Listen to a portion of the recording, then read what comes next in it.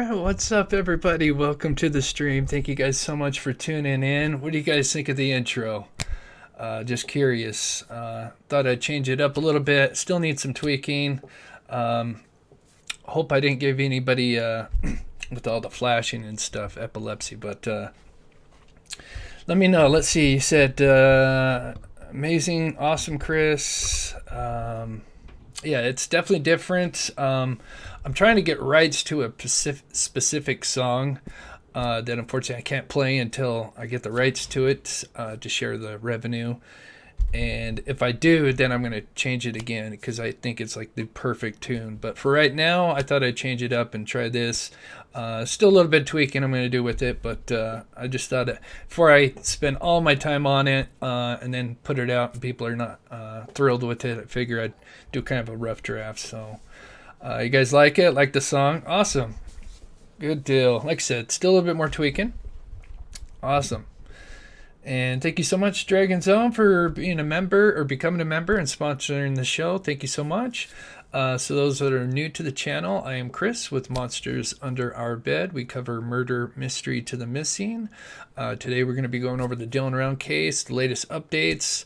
There's some clues that I just kind of discovered that have been in front of my face this entire time because I've been out there many times and I don't know if you I updated my thumbnail kind of last minute, so I don't know if everybody's seen the latest thumbnail, but anyway, we'll talk more about that. But for those, because I know a lot of you may have came from the Murdoch case and maybe newer to this case, and although we did do a live what was it, last weekend, I figure I'd break down the timeline a little bit more. I've also done many interviews with the mother, Candace Cooley, and so I'm going to kind of incorporate a timeline for the first part of the show, and then we're going to talk about the latest details, and then the little tidbits that I just discovered literally like an hour ago before the show started. As it could be nothing, but we'll definitely look at it and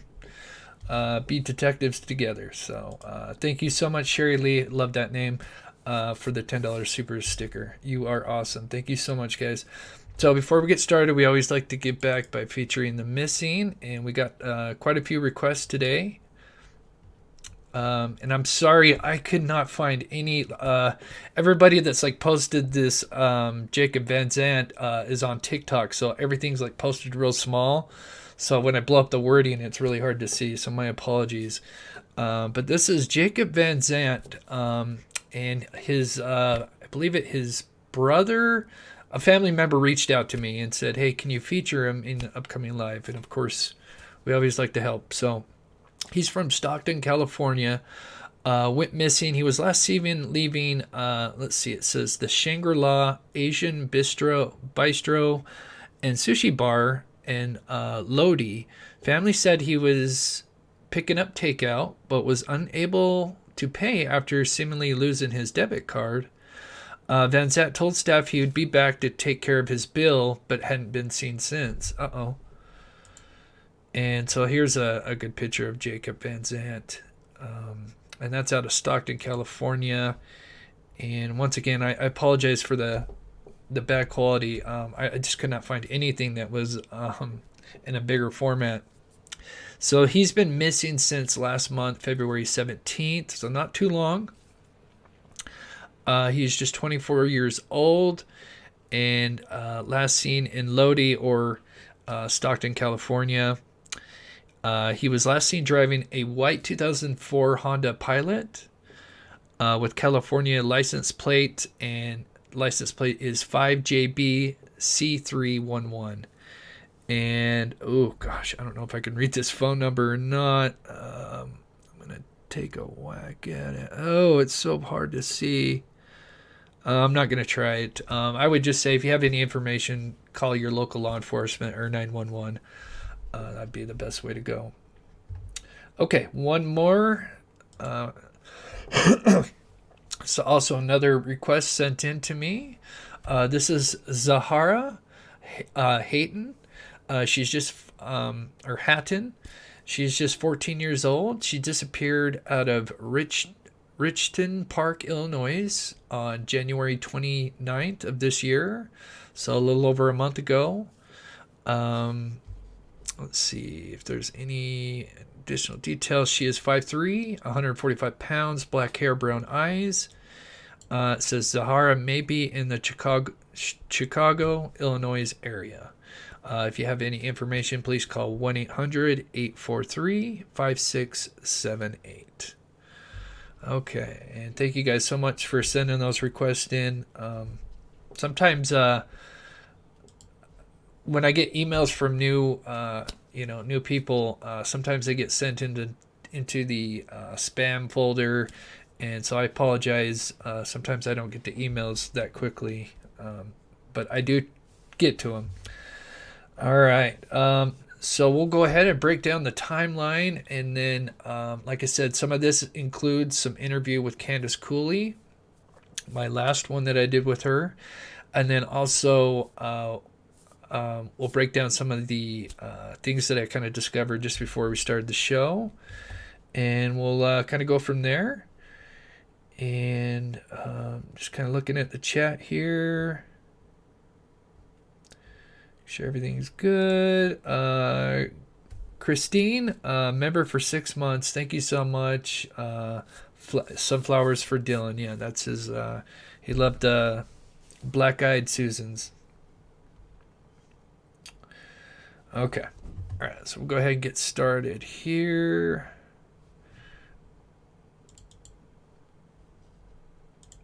Okay. So like I said, the first part of the show, we'll kind of break down the timeline a little bit better. Give me a second. Move this. Make sure you guys can see this. And like I said, this has got a combination of visuals and some interview with Candace Cooley, the mother. So we're going to start with, so this is May of last year,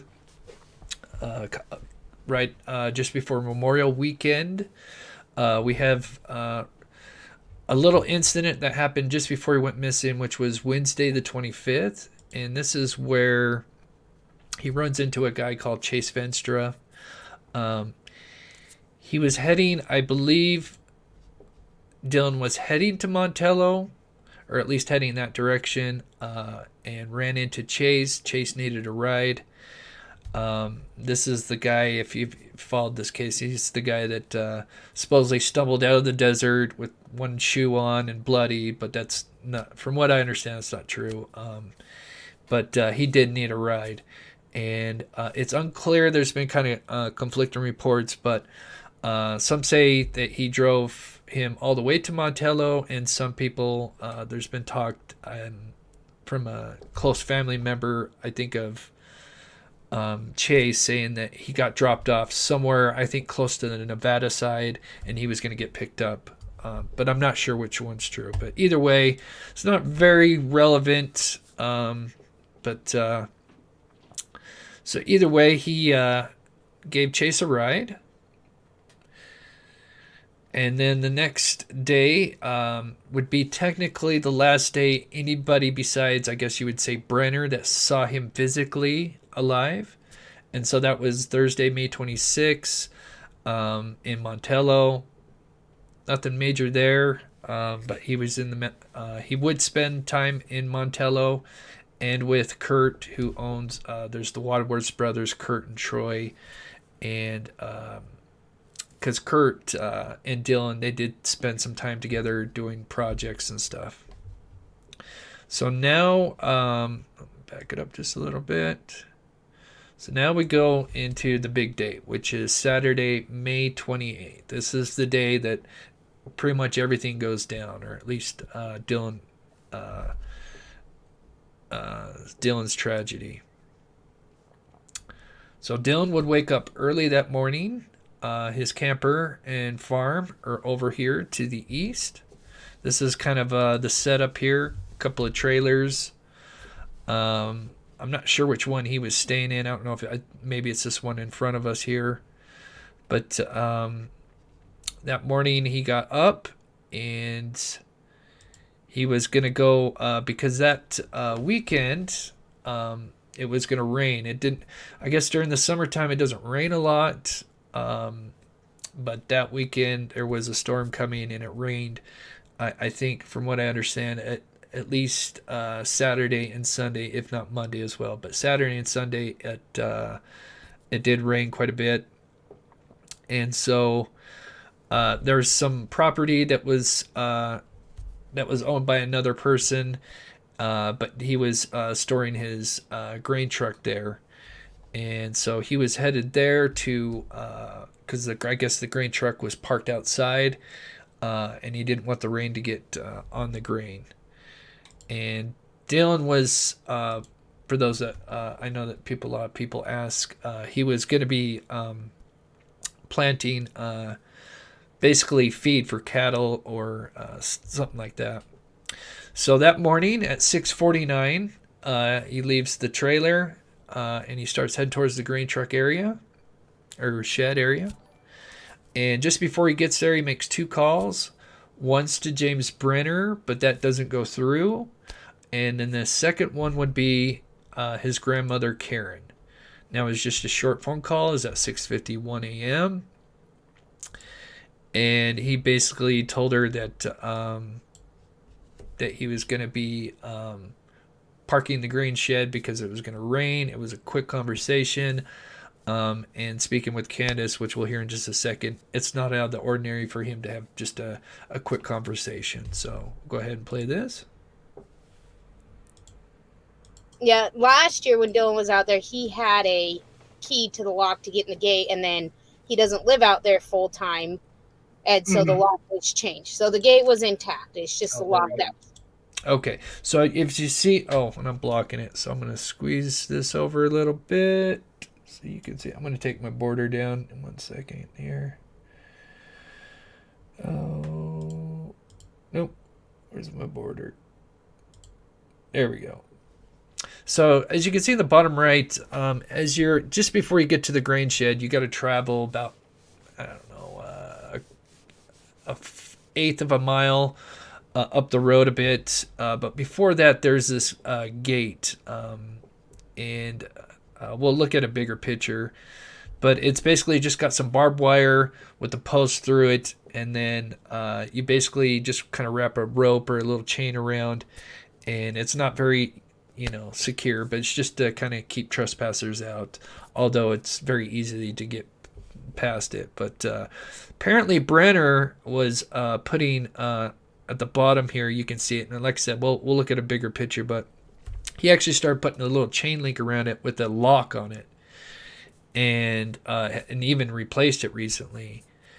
And so, and I think, to me, I think this could be a catalyst to what could have occurred. And that's just my theory. Candace thinks something different, but I kind of have a feeling this whole fence thing, and we'll get to it later, has some kind of relevance. But anyway, we believe that he was trying to call Brenner to unlock the gate.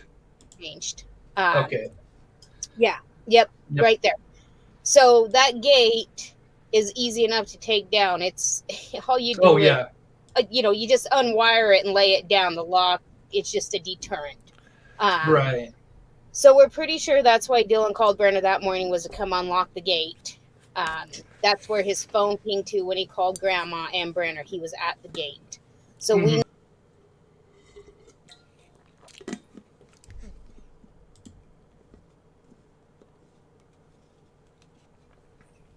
Oh, okay. So then he would. This is what it looked like. I don't know why Nightbot deleted your thing there. Why is Nightbot deleting Dragon Zone? Jennifer, if you can look into that, Nightbot's deleting Dragon Zone's stuff there. That's so weird. Let me know if you can fix that. Sorry. My apologies, Dragon Zone. That's really weird. Usually it's just supposed to be for all caps, but you're not using all caps. There's just a look at the drive when he's coming up, approaching the gate here.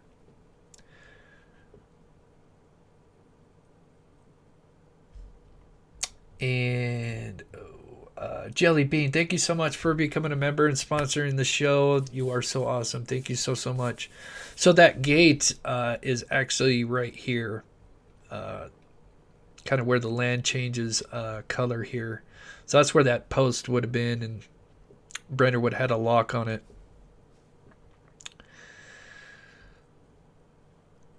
So then Dylan would drive down this road, and then, like I said, it's about eighth quarter of a mile until you get to the grain shed. And then Brenner, he was living on the property. They say he's squatting on the property. It's kind of a gray area because technically he was kind of looking after the property because, like I said, it wasn't Dylan Rounds' property. It was being kind of like loaned out.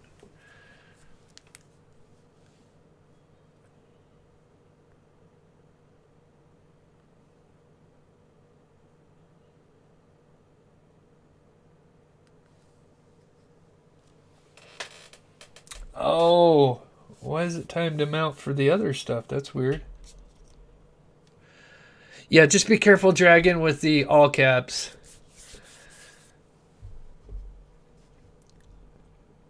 Okay, so Dylan. So we know Dylan was the one who took his grain truck to the shed.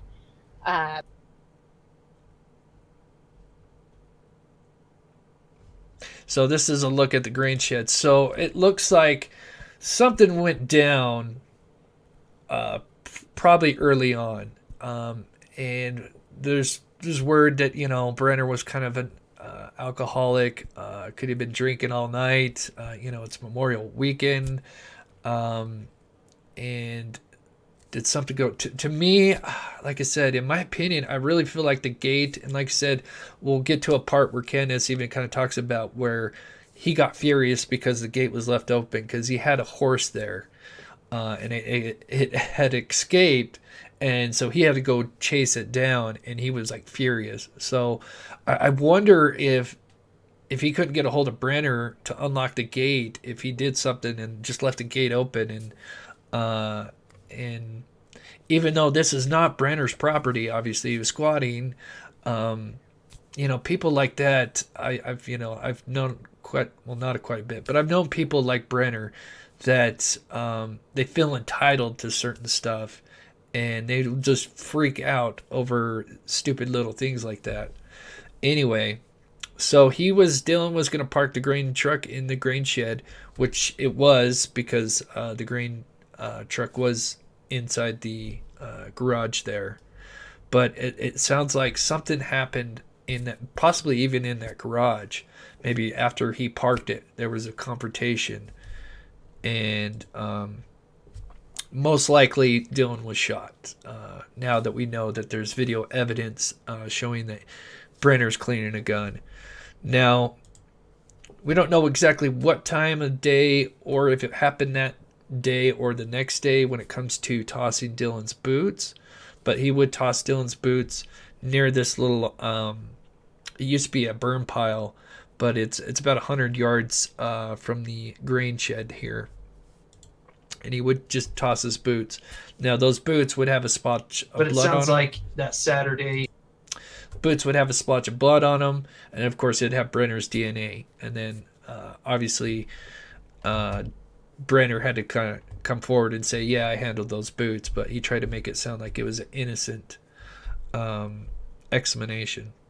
So now that most likely, sadly, Dylan has been shot, maybe passed on or not, and we'll talk about that later. We'll just kind of stick with the facts for right now, and then we'll kind of get into the speculation. So something probably went down most likely early that morning, right there. Then, and this is just kind of approximate, this is what happens with Dylan Rounds' phone. His phone was pinging at the gate when he made the phone call. So as far as I understand it, the reason we know the phone was at the gate on that ping was because it was a phone call. The rest of these pings, we know the phone never left the area. So the rest of these pings, you take from the tower and the closest thing that Dylan would be next to, and that's how we come up with that. Dylan wasn't one to have a bunch of apps open. He wasn't on social media a lot. He wasn't, he wasn't on Google. He didn't use email. There wasn't all this stuff in the background pinging like most of us have. So that's kind of where we put together the line of, it could be, 300 yards from there, but the location that makes sense next to where that ping is right here, because that's it. Dylan's not going to be sitting out in the middle of the desert, and his phone's not going to be sitting out in the middle of the desert with no road, no nothing by it. So that's where we can bring it back to, well, this is the most likely location. So it looks like, the phone traveled back to, the camper trailer area, which could have been Brenner driving Dylan Round's truck back, possibly.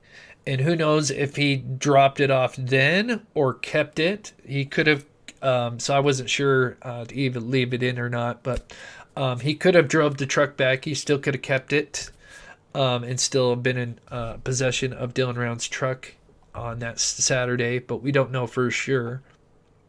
But what we know is that the phone would ping at the farm back here, just like I had it, and then it would ping for a second time at the grain shed. Sure. So, and then it kind of bounced around and then ended up by the Lucin pond. Is that? Yeah, that was the closest idea of where it would be, and that's where it was. Okay. Yeah, apologies, Dragon Zone. Using all caps, YouTube takes it as a negative. So Dylan Round's phone, for the very last time, would send out one last ping, and it was near this pond, and it was at 3:51. And so, obviously, most likely Brenner took the phone there. We don't know how he, what he used for transportation to get there. Was it Dylan Round's truck? Brenner did have his white truck, but I guess it overheat. He couldn't drive it more than like 5-10 minutes. So it's possible he could have taken that, or he, like I said, he still could have had Dylan Round's truck at that time. But we know that he tossed his phone in that pond, and then they'll recover it later on. So in Brenner's defense, what he said he did on that Saturday is he said that conveniently, I think he said he didn't see Dylan at all, if I recall right, and that conveniently he goes to the Lucin Pond around 2 p.m. and then went to a barbecue at Dawn's, which started around 3:53 or 4 o'clock, something like that. These are kind of approximate times, not exact times.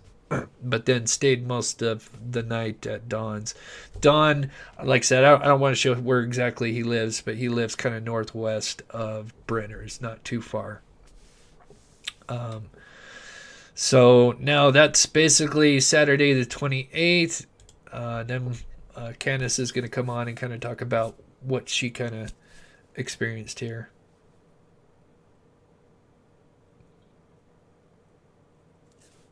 So we move on to Sunday. Obviously, now one day missing, but no one really knows. So then we'll fast forward from there. Sunday, Grandma calls Dawn to go look for Dylan. Dawn tells her him and Brenner went out there, but ironically enough, left no tire tracks and no footprints, and we were still leaving footprints on Monday. So then Monday, when we get out there, that's within an hour and a half of search and rescue getting there that the boots are found. And we know they're Dylan's boots. We also know that it was Dylan's blood on the boots. And when we say blood, it was a drop of blood. It wasn't splatter. It could have been from a bloody nose. I highly doubt it because it was on the top of the boots. But it wasn't, don't think it was this astronomical amount of blood. It was a drop. Now we know, and we've known, we just haven't said anything. We know how the boots got there, and Brenner has admitted he's the one who put them there. Right. Found him by the shed, picked him up, moved him from the shed to his camper, and then from his camper to the dirt pile. Now, that dirt pile, it did used to be a garbage dump. The first year Dylan was out there in 2019, it was, and then they buried it, and it's never been used since. There's no garbage around it. There's no disturbances in the weeds. There's nothing. There's just a pair of boots. Why Brenner would walk that far is unfathomable. I mean, basically, he didn't want to be caught with the boots, is our opinion. So after the boots are found, search and rescue continues looking. So we go to Tuesday, May 31st. That's when we got the phone call from Kurt Wadsworth that said Dylan was being held hostage in Montello.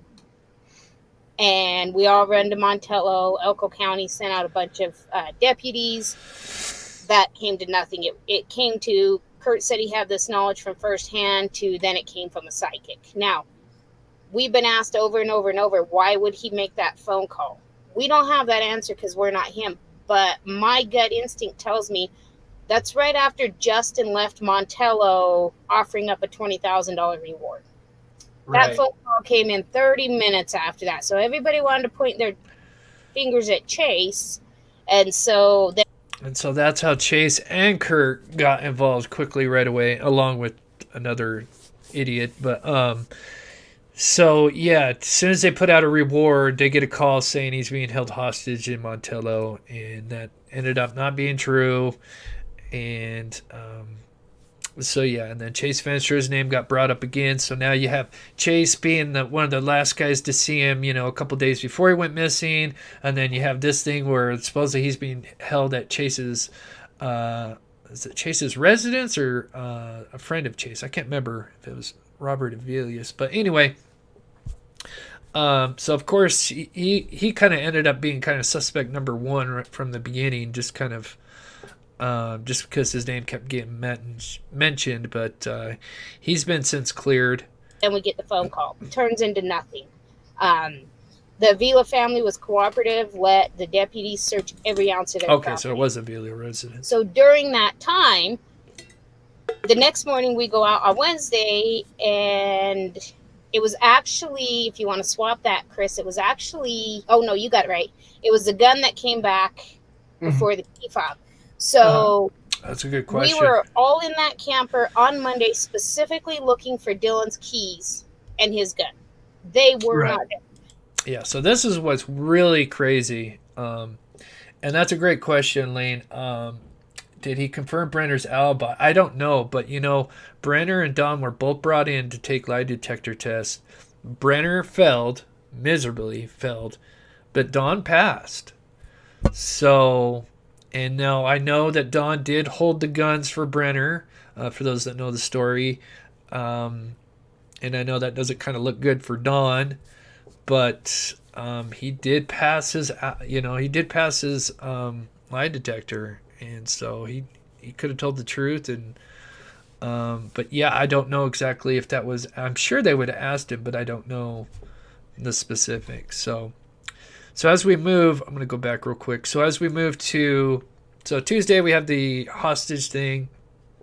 Wednesday, of course, they had been looking at the trailer. The trailer's at the farm, if you guys remember. So just kind of circle here. So this whole time, Brenner hasn't been, really looked into. So he's been hanging out here. You got the farm that's just right here.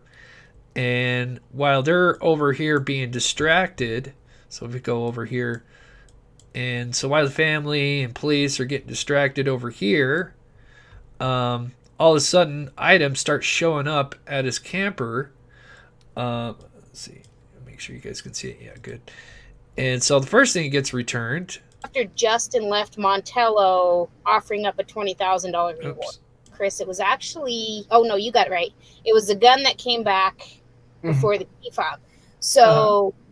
We were all in that camper on Monday specifically looking for Dylan's keys and his gun.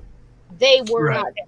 That gun was clearly, it was right on the bathroom. So you think of a little camp trailer and you have your little bathroom and you walk out of it and there's your sink.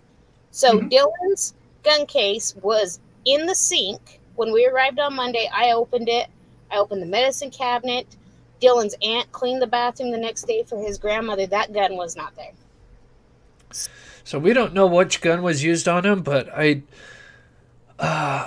would speculate it's possible that this gun could have been the gun that was used on Dylan, but I'm not sure because clearly Brenner did have access to other guns. I don't know if, exactly what guns. I can't remember, but it's definitely possible. But it's odd that so this gun shows up a couple days later after they checked this trailer, obviously looking for any clues. Because yeah, obviously when they got out there, they weren't thinking the worst. They were just thinking that Dylan was injured or something, and was kind of stranded somewhere, and they weren't thinking the worst. And now all these weird events start happening, and then I think they started to kind of piece together that it wasn't looking good. So law enforcement's there. We find the gun. It gets bagged. They take pictures. The next day, in the same exact spot, is the key fob. After pictures of it not being there. Mm-hmm. So right there, everything should have changed when we found the boots. But when Dylan's stuff started coming back.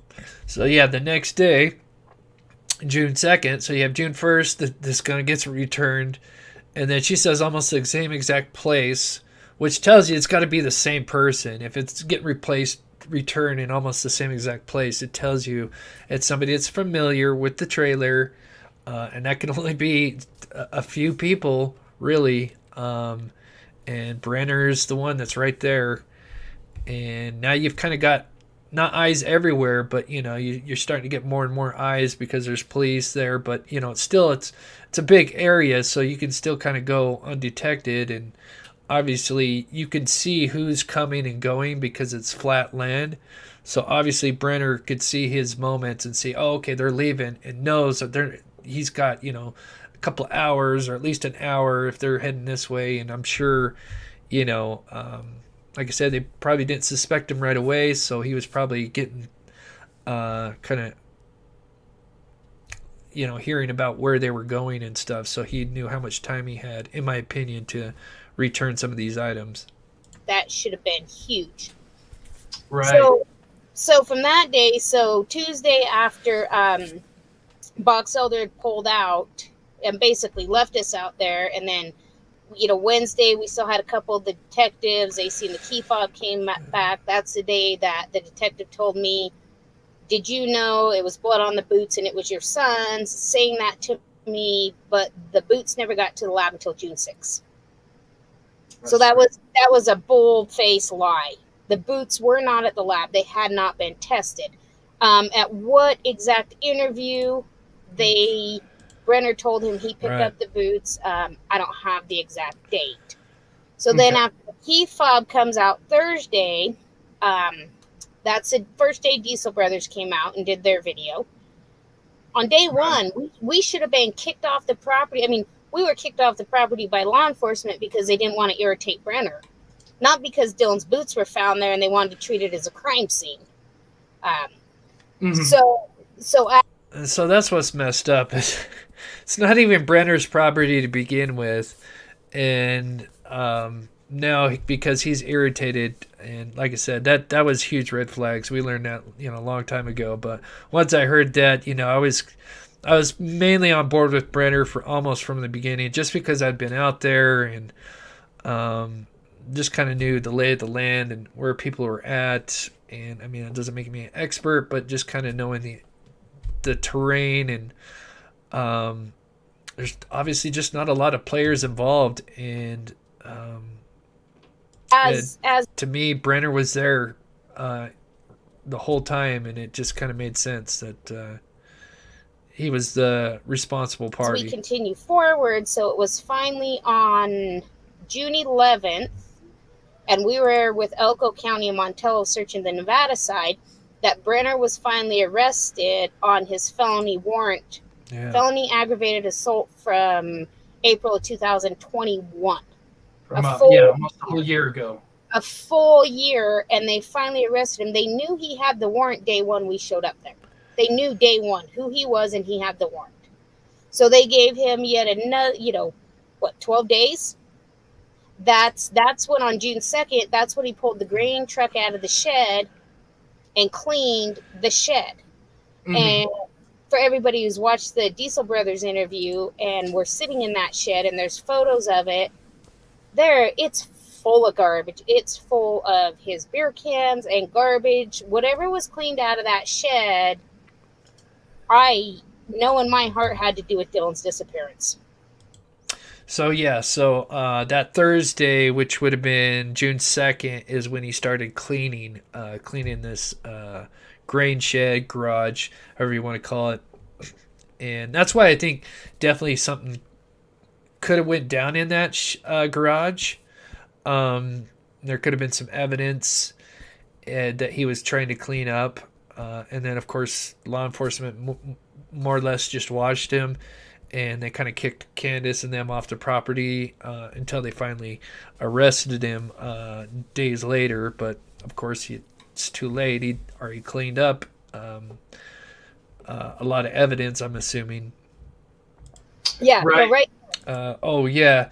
So, JDR, he may be in that body of water where they supposedly looked. Okay, so I'm assuming you're talking about the Lucin pond. Yeah, they actually drained it. That was something actually me and Steve wanted to go out and do. And so it sounds like they did that sometime over this winter, from what I understand. And I don't think there's been any... I don't know if they've found anything. I'm sure if they did, we would have probably heard about it by now. So it doesn't sound like they found anything in that pond. But yeah, that was one of the things me and Steve, well, especially Steve, because since it's not a big body of water, and we'll look at it in a bit. Let's say if a remains were in there, the gases in your DNA would actually, you could take a sample of the water and tell if there was a body in there. Yep, when they took that, he took it upon himself. So we're about a mile away, not quite a mile. Let's see, it'd be back to the southeast of that exact location. You could see that truck sitting from where we were at, sitting out of the shed. You could see him packing the garbage bags out of the shed, and nothing was done about it. The fifth wheel that he was staying in, Dylan bought for him. Dylan's the one who bought that camper to get him out of that old motorhome you see in the picture. Right. Yeah, this one here. Yes. Yep. So from there, we go from June 6th to more lies and more lies and more runaround. And so those that are kind of newer to this case, what she's talking about is, unfortunately, Box Elder really just didn't put enough effort into it and botched this investigation from the beginning. She says there's a few people in Box Elder that have been really good to her, but as a whole, they really let her down in the beginning and let Dylan Rounds down. And there's just so much evidence that could have been preserved. And, of course, it took 9 months to get charges against Brenner for Dylan. And, I'm happy for him that they finally got that, but that's just way too long. To him being arrested on June 11th, released on his own recognizance on June 10th, and then when the FBI got involved, it would have been June 12th, that Sunday is when we told the FBI was getting involved. Then it was June 16th when they executed the first search warrant on that property. After that, I think Box Elder was feeling the heat, so then it was June 18th is when Dylan's phone was found in the pond. Right. And we still don't have his wallet. My assumption, my opinion is his wallet went in that pond also. But okay. It's an underground freshwater spring, and Dylan never kept anything in his wallet besides his driver's license and maybe 2 cards. So the phone was heavy enough to settle, but the wallet wasn't. Yeah. So yes, I agree with you. Yeah. From day one, having Dylan's boots, everything should have changed. I mean, law enforcement has let all the evidence go. The rest of them, Okay. those guns were in Don Haley's possession. Why he wasn't arrested on the 16th, I don't know. But so then there's yet another 4 days. Yeah, so Don would be arrested, or Don, excuse me, Brenner had been arrested, I think the 10th or 11th, let out pretty much right away, and then arrested again with a $5,000 bond, was able to get out, and then finally, I think at the 1st of July, they were able to secure the proper charges. And so then in Deputy Iveson's report, it clearly states, do not give him bail. He's violent. He's going to retaliate on his victim on the felony assault charges. Like, I mean, it clearly states it. Do not give this man bail. He's, he's a threat to everybody around him.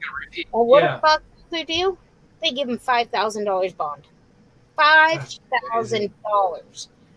So he actually made his bond, but in the meantime, the FBI was working on the background, and they got the felony gun charges on him from the 22 that Haley had. So just with the boots, we've learned that, they did have Brenner's DNA, correct? Yeah. And let me tell you about the boots. So when Justin and I went out and looked at them, there wasn't even dust on them. Right. So Dylan had not been out to that property because he was custom planting in other places. Dylan had not been out to that property in 3 weeks to a month. And even Brenner matched up with that timeline that he hadn't seen Dylan for 3 weeks to a month. Yeah. Those Georgia boots, just like the ones you have in the picture, only not with laces and the flat-soled ones, they discolor so fast, that yellow leather. If they were sitting in that desert and through that rainstorm and out in those elements, they would have looked so old. I mean, there wasn't even sand from the wind blowing. I mean, they were freshly put there. Yeah. So it sounds like before they showed up, he might have tossed those boots. So it might not even been that Saturday. It might have been just on that Monday before they showed up. He was probably scrambling to clean up stuff. The mob crew, is there any way Steve could gain access to Don's property, search around, or fly the drone over it? Yeah, obviously I'd have to ask permission. There's been a lot of stuff that's been searched that unfortunately can't talk about because it's open investigation. But yeah, I mean, like I said, if there was, in my opinion, any outside help that would Don, in my opinion, would be obviously, because there's not many players involved in this that are around. The Wadsworth, they were out Memorial Weekend. They were out four-wheeling with their whole family. They've got a whole complete alibi. Kurt has been sitting at that Saddle Sore bar the entire time this was going on, with basically kind of like welcome arms, saying, hey, if you want to talk to me, go ahead, I'm right here. He's admitted that multiple times. He was just made to look like a villain because of a stupid PI that got involved and just screwed everything up from the beginning. And anyway, so back on track. Yeah, I don't know about that, but yeah. Chris, are you ignoring me? Oh, I know the water buoy thing.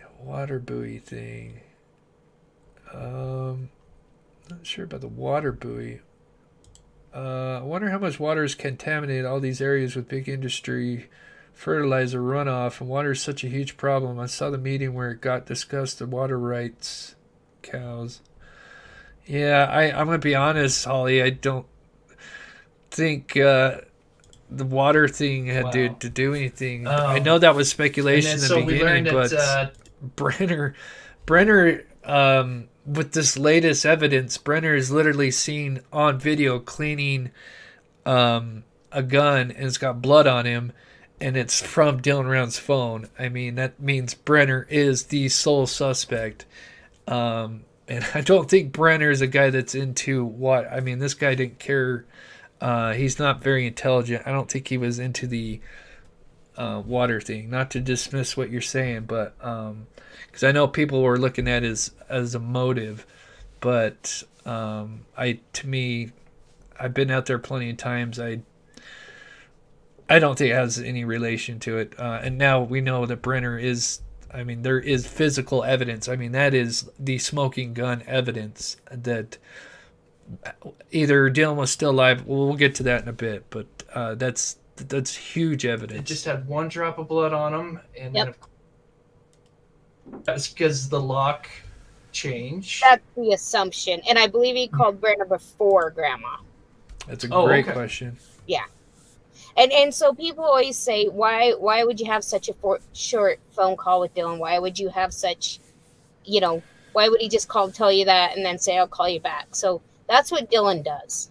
Like when like excited it's raining or something's going on, Dylan's like, oh, hey Mom, I, just got a flat tire or 2 blowouts, and I'll call you back. I got to call the tire store. Bye. Okay. Right. I mean, that's how he is. He does that all the time when he calls you, and it's like, I guess I'll wait to hear. There as well. It was just out of it. It was just out of it. Okay. One of the biggest questions I've get since we've learned that. Okay, so this is where, someone just put up a great comment, and this is gonna be a perfect combination. Where did it go? Okay. Didn't Brenner put a lock on the gate to get to the green shit? He put a lock on the gate because he didn't want trespassers, and who knows why he put it on. I mean, you could just put a little thing to wrap around it to just keep the post up, but I think he put a lock on it because he's just kind of one of those people that are kind of possessive. Like I said, I've met people like Brenner that you give them an inch and they take a mile, and they think whatever has been given to them that they're entitled to it. And so anyway, she's going to bring up a great point here in just a minute, and I think, in my opinion, this is the catalyst to what went down that day. I don't know if you can answer. If you can't, that's fine. Was there any bullets missing? Didn't count them. Oh, okay. Yeah, it just bagged it and didn't even mess with it. Skip it forward here. Of course, they keep up the next day. Right. And then, okay, first we talk about, the horse leads into it. Actually, so this is perfect. So this is the horse. So what's the situation with the horse? Everybody's asking about. So the horse was walked from where the shed is to the railroad tracks, and then it was kind of walked in a roundabout way. So this is just estimate. Yeah, but it went the other direction. Oh, okay. Yeah, it went the other direction, kind of in a roundabout way. I want to my screen like I'm pointing at you. Yeah, you're good. You're good. Kind of like this. Yeah, so go on the grain truck and just kind of go a little bit to the left and make a circle back to the tracks right after that red area. The other direction. Oh, okay, gotcha. Sorry, sorry, I'm looking at my screen backwards. Yeah, so he kind of went other way. Oh, okay, yes, I was this way. Yeah, so kind of like that is how that horse was led. Interesting. And then it kind of scuffles around, and the horse takes off back towards the Lucin pond, and Brenner walks right back to his camper. Wow. Some of the tracks went out further too, and Brenner told Search and Rescue and Box Elder, I walked my horse, and we're looking at him going, this man does not walk this horse. Yeah. And especially on a rainy day in the mud. I mean, right. All that. So I think two things happened. Like I said, there's only a few things that he could use to dispose Dylan's Round's body. We'll get to that. It's almost done with the video, and then we'll get into the latest evidence and then what I've discovered just before the show, which is leading to this. You would even buy that story and just walk away from that story. Like, it doesn't make sense. Yeah. Did he have that as a pet? I don't see him riding a horse. I don't know how he came about it. I've heard 50 stories. That horse has been out there for the last 2 years. Oh, wow. It's not a horse you're going to ride. So that was his whole thing with that gate staying closed. Okay, this is it. All right, so listen to what she says. because this is an incident that happened prior to Memorial Weekend, and to me, this just sounds like Brenner and sounds like something that. Okay, so yeah, just go. So his horse get out. So when we were out there that first week, somebody went up there and left the gate down, and that's when he started relocking it. And the horse got out and ended up where all of us campers were parked, and he was furious. So if you just heard that, somebody left the gate unlocked, the horse got out, and he had to go run and chase it, and he was furious. And we know this guy to be a snap guy moment.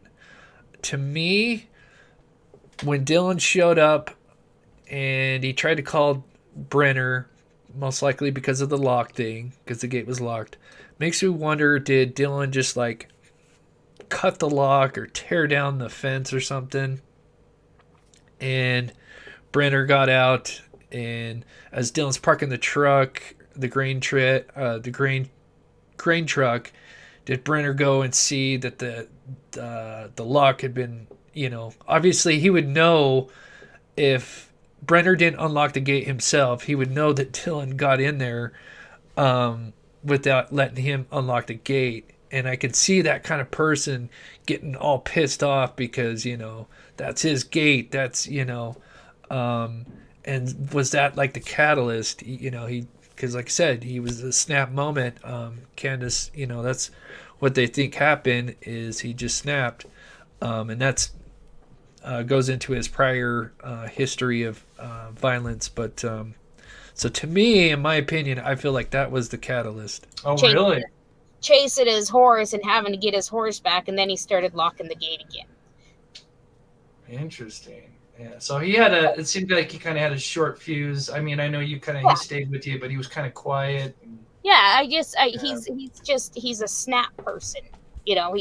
Nothing, people keep thinking, well, what would be the motive? What would be, what I don't believe there's any motive besides, you look back on his criminal history and everything's a snap moment. There's no premeditation. Sure. There's no reason why. There's no just one day you made me mad in the wrong way, and so now I'm going to harm you. Yeah. And was a hard worker with dreams of being a big farmer, only to vanish from a tiny desert town on the Utah-Nevada border last May. Knowing who our son was, knowing what he would do in our position is what has kept me going forward. Dylan Round's mother says the last 9 months have been a difficult, frustrating roller coaster. We knew the first day we got out there when we seen Dylan's boots what happened. For us, this is a win. We have fought so hard for charges. Candace Cooley's 19-year-old son has been missing since last May from the small town of Lucin in Box Elder County. So what they mean is it's not premeditated, big ups. Like it seems like Brenner's his history is it's snap. It's not premeditated. So that's what they mean by snap. Because you could say that is. In ways, but it's really no premeditation. It wasn't like he set up. So that's kind of what they mean. No real premeditation. It's just there's a trigger. He's got a short fuse. Prosecutors announced aggravated murder charges against 59-year-old James Brenner, who is already in custody on unrelated charges. This is good news. We don't have a conviction, and we don't have Dylan's body, but we won the first battle. Court documents say DNA. Okay.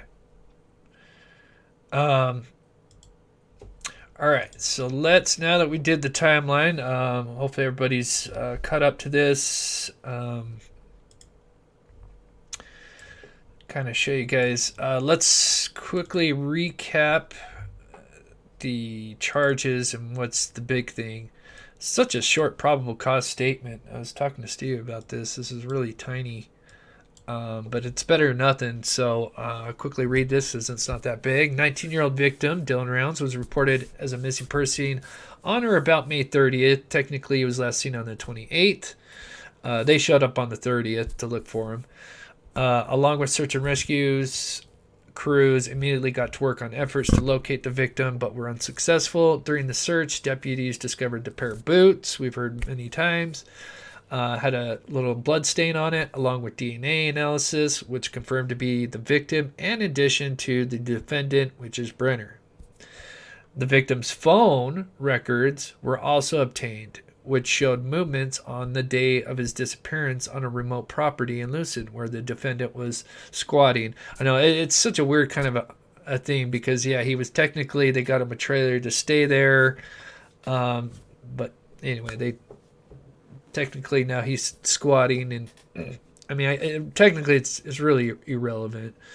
Phone data showed that the last signal from the victim's phone was at the Lucin pond, and the search of the pond led to the discovery of the victim's phone, which was Dylan Rounds' phone. Forensic download of the phone was conducted to lead to the discovery, and this is so huge, of a time-lapse video with the timestamp taken, and that's even huge because then you got a timestamp. I mean, usually any video taken by a phone is going to have metadata anyway. So, but that's amazing. They'll have the time, and it was taken at the time of the victim's disappearance. So obviously, sometime in that morning to 3 o'clock that afternoon. The video shows the defendant, James Brenner, with bloodstains on his arm and shirt as he is cleaning a gun. The shirt which the defendant is wearing in the video was analyzed, and the victim's DNA was found on the shirt. So the shirt that Brenner was wearing had Dylan Rounds' blood on it, and they did a DNA test on it. So they have Brenner's shirt. They recovered that. So that's very, that's, like I said, that's a huge smoking gun, along with a video. That's, you can't get any better than video evidence showing what sounds to be kind of like the aftermath of what went down.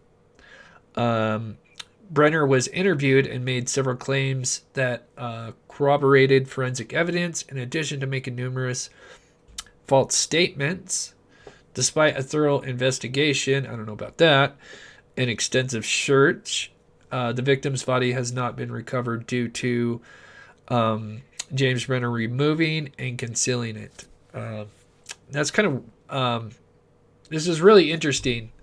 And I didn't catch this the first time, but if you read this last sentence, it's very interesting. The victim's body was not recovered due to the defendant removing and concealing it. Removing and concealing. So it sounds like he was probably placed in one area and then moved to another area. To me, let me know what you guys think in the chat. But I thought that the wording of that is very interesting. Removing and concealing it. So huge. And there's been some talk about that, in the rumor mill. I have to be careful what I can say, because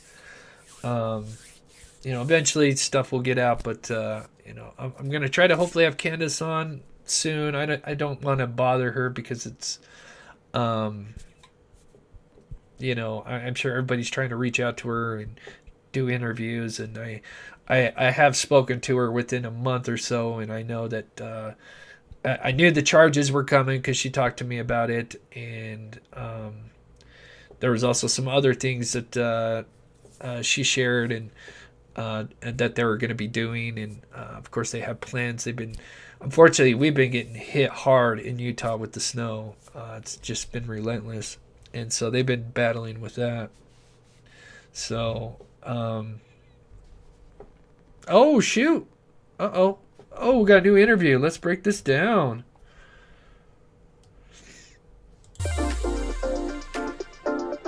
Okay, since it's going to be live, I have to kind of pause and talk over it, or I'll get struck. Oh, this is huge. I'm Nate Eaton, and here in our studio today we have Candace Cooley and Justin Rounds. You probably recognize them. They are Dylan Rounds' parents, who has been missing since Memorial Day weekend, and there's been a big break in the case just in the past few days. First of all, your reaction that James Brenner has been charged with murder in connection to your son's death. Finally, that's our reaction. We've said it the whole time, and we have fought for it the whole time. And we've told you many a times there should be charges. There's enough evidence for charges. We've been so frustrated with that. So our reaction is finally, it's about time. Was there any sense of surprise or shock, or was it more of good, let's get this going? Yes, Let's get it going. Let's get it going. We've known. We've known from the first day we were out there. We've just had to fight to get this far. So for us as a family and for Dylan, it is a huge win. This cannot be swept under the rug. This cannot go away now. It's out there, charges are filed, and we can start moving forward. One of the things that surprised me in the probable cause document was that the prosecutor wrote that there was video of Brenner cleaning a gun as he had blood on his shirt and arms. I mean, that's pretty detailed. Right. And they believe that, I guess that was shot right after the crime. Do you have any further insight on that? So we know Dylan was at the gate when he called Brenner. I think it was 6:57 or somewhere around there. So we know Dylan was at the gate to get in then. So then if you give it another 5 minutes, he's up at the shed, 7:02, 7:03. Is this AM? Yeah. So after he called his grandma? Yep. But he... So this is already lining up. Like I said, I figure everything went down like right there. And in my opinion, I swear the gate is like at the top. Also called Brenner. Called Brenner after that? Yes, because, and we know he called Brenner. I mean, we know just because we know. We can't say because we weren't there, but we just know because to tell him he was coming in and needed in the gate. So the video was, I think, 7:27. And that video is from inside of Brenner's camper. It's not outside, it's in his camper. What? Inside his camper. So the shooting happens. He has his phone, Dylan's phone, goes into his camper, starts cleaning up. What, somehow hit record on it? Or maybe Dylan hit record before that, so it's just kind of record. Well, no, because I record the actual murder. Wow. Why? It's just so weird. Maybe when he's pulling it out, he hit record on it. Wow, that's crazy. So you're saying within 30 minutes that morning, after the call to grandma, after I've got to get the grain in the shed, that he was likely killed? Yep. Everything happened within like 32 minutes. Any idea why? Snap moment. First time when I got there and the grain truck was there, Brenner was talking about how Dylan backed into his horse gate in the pen. Mm-hmm. He was a little frustrated about it. I didn't think a whole lot about it at the time, but that must have been it. So, you're thinking that morning when he was putting in the truck, he may have hit the gate? Or maybe, I guess. Or Jim backed it in and was just, I don't know. I really don't know. Yeah, we don't know if Dylan's the one who actually got the truck in the shed. We know Dylan is the one who got the truck to the property. Whether or not Brenner met him right outside because he was mad that Dylan came in, or whether Dylan backed it in and then it happened, but it was still all within. Brenner's a dumbass, so maybe he backed it into the gate. It's wild to me that they... I love Justin. Justin, if you don't know the guy and you see him, he seems kind of like ornery, reserved. Let me tell you, Justin is the most down-to-earth, amazing guy I have ever met. I mean, I love Candace too, but obviously I've talked to Candace multiple times. But when I was out there with Texas Echo Search, sorry, I had to kind of commentate while I'm playing this new video. Justin is like a big teddy bear. I mean, I don't know if you'll like me saying that, but he's the nicest guy. He bought us he helped us a couple of nights with our hotel, staying at the hotel. And we rode with him a lot in his truck, and I just got to spend a lot of time with him. It's an experience I'll never forget, and an amazing guy. I mean, they both are amazing. Had that video there because I guess you don't know, and it might come out of court, how that video was recorded. Was it recording that whole time? No. So we, like I said, we clarified that. That was one of our huge questions. Is there more video that we don't know about? And before the charges came out, we were working on a couple pleas. So we already knew the charges were coming. We knew, Brenner's pretty much told his defense attorney, I did this. There were some pleas offered that Justin and I declined. So Box Elder's prosecuting attorney, he said we needed to have every ounce of evidence in order to make a decision on a plea or not. And then we confirmed again that there's no other video. It's drove us crazy. How did that phone start recording? It has drove us crazy. Well, we got thinking about it, so I had a couple old iPhone 8s at the house that I was saving for Dylan, because I always save the old ones. iPhone 8. Your screen can be locked, and within one swipe, you have a video recording on the old software. So I'm pretty sure when Brenner took the phone, he just hit the wrong button, just hit the wrong swipe, and had no clue. So iPhone 8, and I guess he's saying, or she's saying, I'm sorry, I'm trying to look for a pen. I wanted to write that down because I work with all these different cases, and they've got all these different iPhone versions. I'm always trying to keep track of them. So iPhone 8. And so I guess just by swiping just once, it can cause it to record. That would make sense. You're handling the phone, easy swipe. It would make it start recording. But for even the amazing. The camera lens to even show that, it could have been It's just amazing, all of it. I can't even believe it's it. It's unreal. Like you said on one of your videos, a needle in a haystack. How? Yeah. So the other question that people have been asking is, all right, they've charged him with aggravated murder, but they don't have his body, Dylan's body. Are you more confident now that you might get an answer or that you might find him yourselves? I'm more confident we'll find him. Without Brenner. I don't think he needs a plea deal. I don't think he needs any. I don't think he ever needs to get out. We're going to find him. We're going to go this. When the snow's done, we'll find him. I'm positive of it. Yep. Well, we're not the same people we were 9 months ago when we first sat down and talked. We were disorganized. We were terrified. We didn't have law enforcement helps. We didn't know who to turn for. We didn't know about all these elite groups. I mean, there's over 15 groups that have hundreds of people that are willing to come spend their summer in Lucin. We were out there running around just trying to looking for the needle in the haystack. Looking for the needle in the haystack, just not knowing the different technologies, the different groups. And then we were getting a lot of, backlash from Box Elder not letting people come in. Well, this summer it can't be that way. Charges are filed. They cannot tell organizations they can't come in. Okay, so 7:30ish, he's cleaning the gun. The phone is found, Dylan's phone is found in the pond, which is then recovered, and they found this video.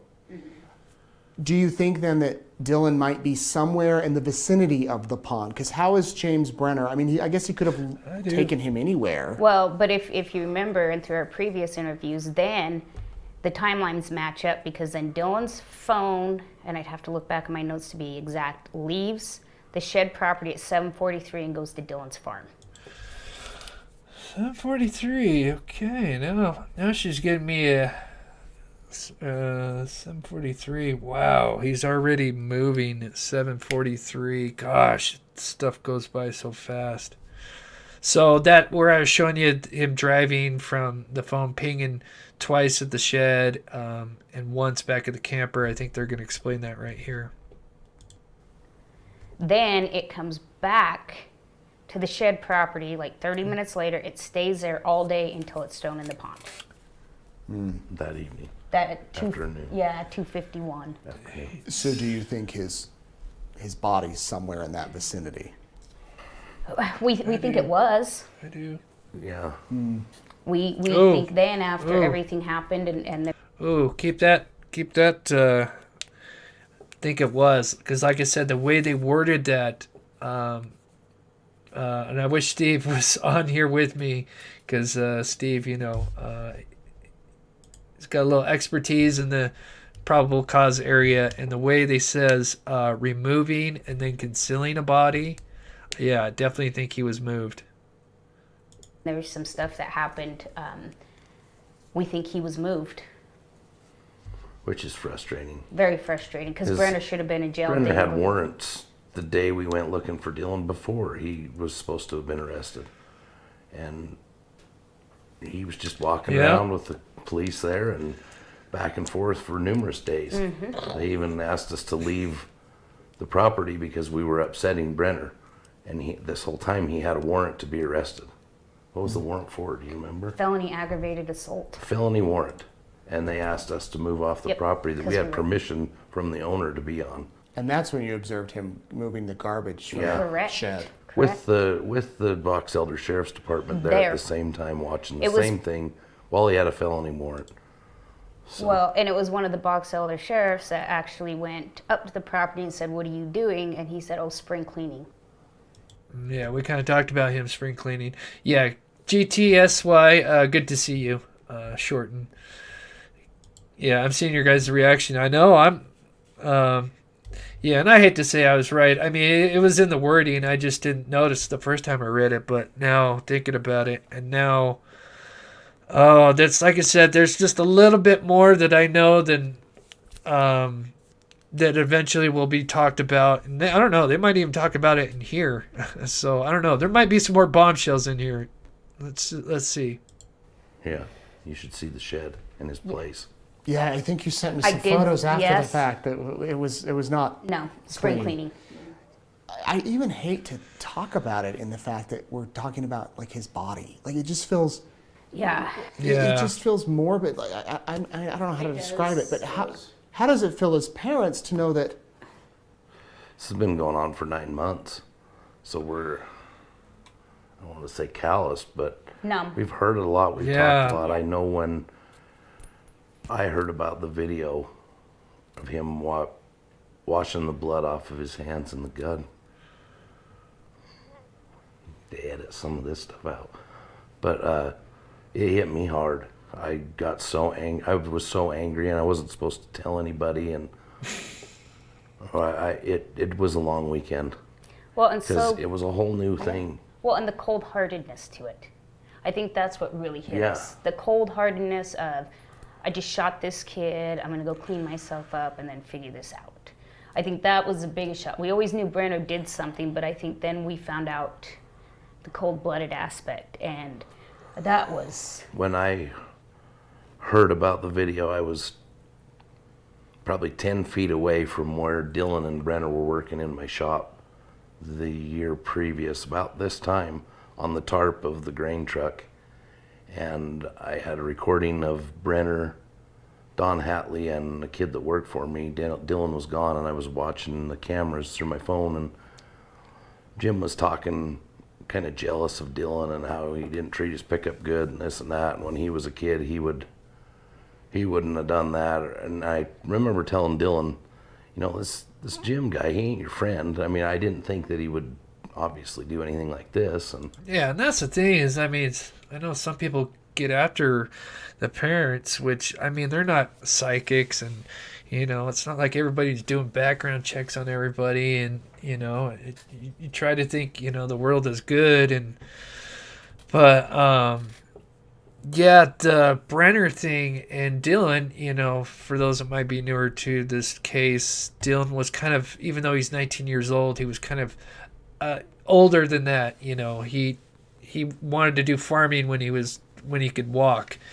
and he was a little bit cocky. That they kind of use that word.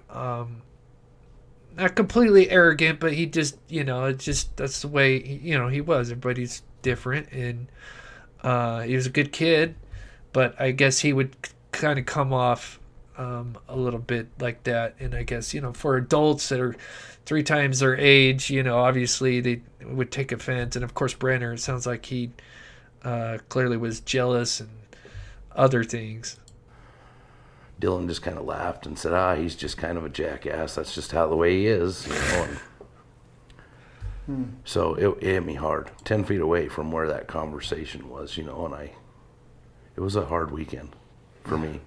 Well, and that leads us to something else, because in the press release that Box Elder released, and the article they had written, they put in quotes, family friend. Brenner was not a family friend. He hung around with Dylan a little bit, and Dylan helped him have a job.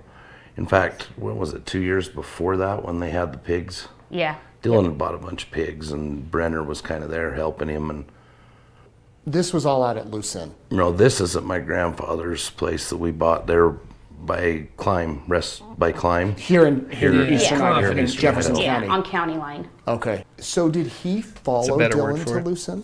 No. No. Don Hately moved him over to Lucin. He was in Nevada in Montello, and there was a whole bunch of bad stuff that went on that wasn't ever documented by the police department because they don't call them. And so then he moved over to Don's like, well, I got a place over here, you can stay. And then that's when he moved over. When Dylan originally was looking at that property when he first started working on it, he wasn't there. Brenner was. He was in Montello. He was in Montello. He was not there. But then he moved. Yeah. When Dylan Just got kind settled of- in, he moved over. Yep. And you guys always had a bad feeling about Brenner. I did. I didn't, well, I just never liked the guy. You know, Dylan was 18. I mean, I couldn't tell him, don't be around these people. I mean, I tried to tell him he wasn't his friend, but no, he was never a family friend at all. So that's, well, whoever put that doesn't know what they're saying. What should happen to him if he's found guilty? Well, right now he's facing the death penalty, and I think we'll end up pushing it the whole way. When we were I think so too. I don't When want to we do were- any pleas. presented with the plea, and we've said it publicly many times, you know, if we have to make a deal with the devil to get our son back, we'll do it. And then we were presented with it, and we couldn't do it. There's no Oh, dang. So I guess I can kind of talk about this a little bit. They were going to try to go to Brenner and say, hey, you know, because when Brenner went to prison or jail or whatever, he wasn't eating. He was, you know, being a baby. And so kind of one of the last-ditch efforts, because he wasn't talking. He was originally talking to the family in the beginning with, like, the grandmother of Dylan. But then when she started asking about, you know, did you do something to Dylan, he quickly shut up and didn't talk to anybody else. But they knew these charges were coming, and, you know, of course they'll do anything to find their son. And so I had talked to Candace multiple times about this, and even Steve had mentioned this as well. You know, go to Brenner and say, hey, look, you know, because, you know, they've got this kind of big reward out there. Why not just use kind of that reward money and say, hey, look, Brenner, we'll take care of you as far as your commissary, whatever, if you give Brenner up, or excuse me, if you give Dylan Rounds' location up, we'll take care of you for, you know, put food on, you know, put money on your thing. And so that was going to be the plan. And that was supposed to happen, and it sounds like they tried and it didn't work. So that's terrible. That he's not going to give up, and so good for them going for death penalty. I can't use my words that I want to use right now. I want to tell him some really bad stuff, but yeah, so glad that's coming. No way we're going to let that man walk in 5 or 10 years. It's not going to happen. Did he say, I'll tell you where the body is? Mm-hmm. So he has said he knows. Yeah. And do you think that if you're patient, he'll tell? I don't know. I don't know. truly don't know. I hope not. I hope we find it, and I hope we can On your fry own him terms. as Yes. much as, Yes. you know. Well, what do you want to say to the public that's been following this? And People need to realize everybody wants to send Justin and I their condolences, their I'm sorries. We've known this for a long time. Like I said, this is a win. This is a win. Do not tell us you're sorry, because we've been fighting 9 months to have Brenner held accountable, and we finally got it done. That's not sad. I mean, the story and what happened is sad, but this is a win. I appreciate everybody following us and Yes. doing this, because without all that, there's been millions of times that I've just thought I'm good with what's going to happen and how it's going to happen, and she just kept pushing it, and thank God for that. But it's because of all the people's support. It is.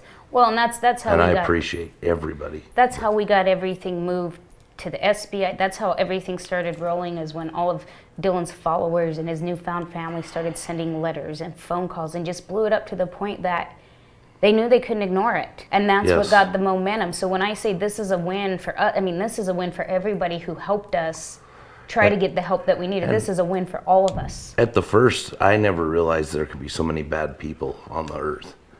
And as time went on, I don't know, we both kind of got into a little depression for a little while. And as it went on, the people that were following and supporting kind of got us out of it and kind of got us going again, you know. And it's been, so what I want to say is thank you, I guess. Yes. That's all I'm saying. But Yeah. Yeah. Like I said, I have to kind of commentate and pause. Yeah, they knew this. They've hinted to me many times that they knew, obviously. But I would never ask anything that, yeah, well, it's crazy. Oh my gosh. That they knew, because I could tell, there's a few times they, wanted to tell me some things, and I'm sure it was really hard because they did give up a lot of information just to kind of get the ball rolling on the story and stuff.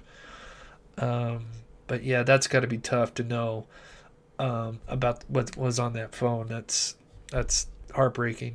Without everybody who started pushing so hard in August and September, I truly believe Box Elder would have backed off again. And knowing what they've known for as long as they've known it. yeah, I agree. And still not out there trying to recover Dylan Yeah. it's disgusting. It They know he's out there. They know Brenner murdered him, and they've known for a long time, and still nothing. Very disappointing. I'm sure you've learned a lot. Yes. Yeah, a lot no A parent lot you ever didn't want wants to know. learn, Yes. but hopefully future families that might be in Right. this awful circumstance can use Yep. what you've learned, and this is just the beginning of a whole new phase. Yes. As they say, the wheels of justice can go at a grinding, slow speed, Man. but at least you have charges. Yeah. Yes, And hopefully in a few weeks, months, you have Dylan. Yeah. we will. And all the other families need to realize if you push, I mean, you can eventually get them to do what they swear to do. They swear to protect and serve. Make them do it. Don't let them scare you. Don't let them put you in the corner. Make them do it. I don't think it's every law enforcement. Oh, I no, think absolutely we got not. lucky to have No. this one. Yeah, and no, it absolutely isn't. There's tons of cases that are solved so fast like they should be. You know, I worked with a little bit of Bonneville County to get Dylan's pickup processed, and they were very quick on the spot to come and help and do whatever they needed to do. Gave me some words of encouragement and some advice, and we had the Idaho State Police do some stuff with that, and they were quick and very responsive. So I mean, there's law enforcement is good in general. Well, thank you both. I won't give my condolences because you said you don't want that, but in a way, Right, it's yeah. condolences, congratulations, however you want to say it. Just know Yeah. that people are thinking about you and care about this, and just the beginning, or not the beginning, but It's a new beginning. Yeah, new beginning. That's a good way to say It's it. a new beginning. It's a new phase. Yeah. Thank you, Candace and Justin. Amazing people. Amazing, strong-willed people. And like I said, it's an experience I'll never forget, getting to spend time with them, and spending time with a family that's in that position is just really makes me appreciate being able to get back and do as much as I can on this channel with helping the missing and all that, which, we officially have shown over 1,000 missing person posters on this channel, and all. I don't know if any of those have really ever, led to one of my viewers finding a person, but all it takes is that one time, and that would be a win in my book, to feature a missing person in one time out of a million. Even if it's just that one time somebody sees that a missing person poster and then happens to see the missing person on this channel, it'd be worth it. So, and that's why we do it. And I figure, and especially if the viewers climb, like I said, you got big channels that have like 1 million views every time they do a video. Imagine if they put a missing person poster at the beginning of that video, somebody that just recently went missing. You got 1 million people that just instantly, or more or less instantly, see it, and that's what we're aiming for. It'll be a slow grind, but eventually, we'll get there. So anyway, I'm sorry for the longer live show. Thank you. I forget who. Tastic, you're the one that told me about the thing there. So thank you so much for letting me know about that. Yeah, the tracks by the pond, at least the excavator tracks, they were from a searcher vehicle. I forget the name of it, but they've got the excavator tracks. Those actually came from there. I found that out from Candace because I showed her that. So unfortunately that lead, at least that one, but we're still looking at other tracks and videos, and anything I of course anything I find that's anything remotely possible, I send to Candace just in case, and I'll obviously keep everything that I have until this case is done and over, because I would not be surprised if I might have flew over something that they may need to use. So anyway, thank you so much, Renee. Thank you, Jelly Bean. Thank you, Real Pocahontas. You guys are also amazing. Thank you, Tastic. Thank you, Kathy. I wish I could shout everybody out. Thank you, Casey. You guys are amazing. Thank you to my mods who do an amazing job. Karen. And I'm sorry for the little bit longer show. D-Daz, thank you so much for helping out. Like I said, I wish I could shout everybody out. Yeah, Fuzza, she is a beast. So next live Friday. And not sure what we're going to do yet. Like I said, I'll probably reach out to Candace tomorrow.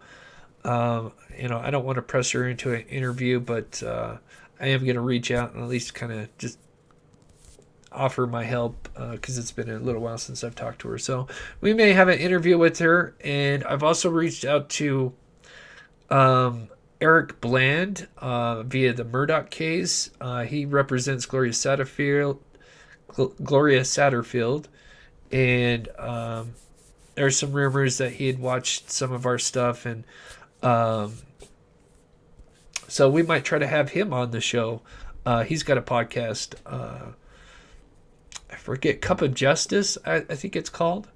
Amazing guy. Yeah, Eaton is such a professional. I love him. He's amazing. You've known this the whole time? No, not the main thing. No.